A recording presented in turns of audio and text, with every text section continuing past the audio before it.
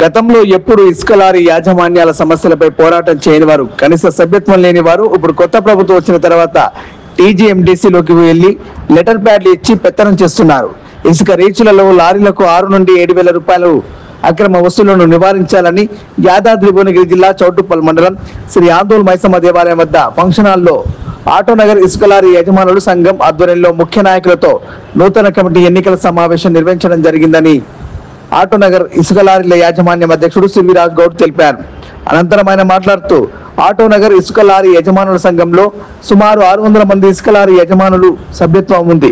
కావున కొత్త కమిటీని ఎన్నుకునే ప్రక్రియ ప్రజాస్వామ్యబద్ధంగా బ్యాలెట్ పేపర్ తో సెప్టెంబర్ 14న ఎన్నికలు నిర్వహిస్తామని ఈ సమావేశంలో తెలిపారు. తెలంగాణ రాష్ట్ర ప్రభుత్వ రంగ సంస్థ టీజీఎండీసీ అధికారికంగా లోడింగ్ నిర్వహిస్తున్నటువంటి ఇసుక రీచ్లలో అక్రమ వసూళ్లకు కాంట్రాక్టర్లు అక్రమ వసూళ్లకు పాల్పడుతున్నారు.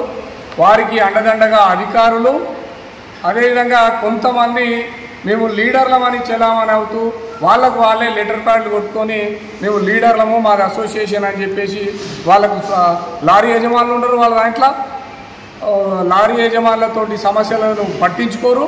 అటువంటి వాళ్ళకు వాళ్ళే ఏదో అధికారుల దగ్గర మేము అధ్యక్షులం అని చెప్పి చెలామని అనుకుంటా అధికారులను కూడా తప్పుదో పట్టించి కాంట్రాక్టర్లతోటి కుమ్మక్కయ్యి ఇవాళ లారీ యజమానుల పుట్టగొడుతున్నటువంటి పుట్టగొడుగులా పుట్టుకొస్తున్న సంఘాలకు ధీటుగా ఇవాళ సమాధానం చెప్పడం కోసం, అదేవిధంగా ఇసుక క్వారీలలో అక్రమంగా వసూలు చేస్తున్నటువంటి ఏవైతే లోడింగ్ డబ్బులు మరి ఇతరత్ర 4 నుంచి 6-7 వేల వరకు అక్రమంగా వసూలు చేస్తున్నటువంటి అక్రమ వసూళ్లను కట్టడి చేయడం కోసం ఆటోనగరు ఇసుక లారీల యజమానుల సంఘం నూతనంగా కమిటీ వేయడం కోసం ఇవాళ సన్నాహక సమావేశం ముఖ్య నాయకులతోటి ఆందోళన మైసమ్మ తల్లి దేవాలయం దగ్గర నిర్వహించడం జరిగింది.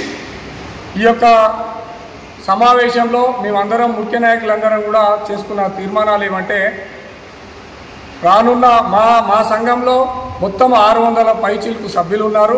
వాళ్ళందరూ కూడా ప్రత్యక్షంగా మా దగ్గర సభ్యత్వం తీసుకున్నటువంటి సభ్యులు ఉన్నారు. ఆ సభ్యులందరి సమక్షంలో ఒక ప్రజాస్వామ్యబద్ధంగా రాజ్యాంగాన్ని అనుసరించి ప్రజాస్వామ్యబద్ధంగా మేము ఎన్నికలు పోవడానికి ఇవాళ నేను నిర్ణయం తీసుకోవడం జరిగింది. ఈ యొక్క ఎన్నికలను వచ్చే నెల అంటే సెప్టెంబర్ 14వ తారీఖు నాడు ఎన్నికలను బ్యాలెట్ ద్వారా నిర్వహించుకొని మేము ప్రజాస్వామ్యబద్ధంగా నూతన కమిటీని ఎన్నుకోవడం కోసం ఇవాళ తీర్మానం చేయడం జరిగింది.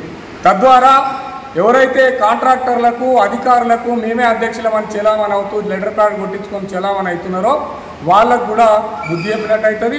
అధికారులకు కూడా ఇది ప్రజాస్వామ్యబద్ధమైన కమిటీ, ఈ కమిటీ మాత్రమే లారీ ఓనర్లకు ప్రతినిధిగా ఉన్న కమిటీ అని చెప్పేసి మేము తెలియజేసినట్లయితే అని చెప్పేసి ఈ సందర్భంగా తెలియజేస్తూ ఈ యొక్క సమావేశానికి చేసిన అందరికీ కూడా ధన్యవాదాలు తెలియజేస్తాం.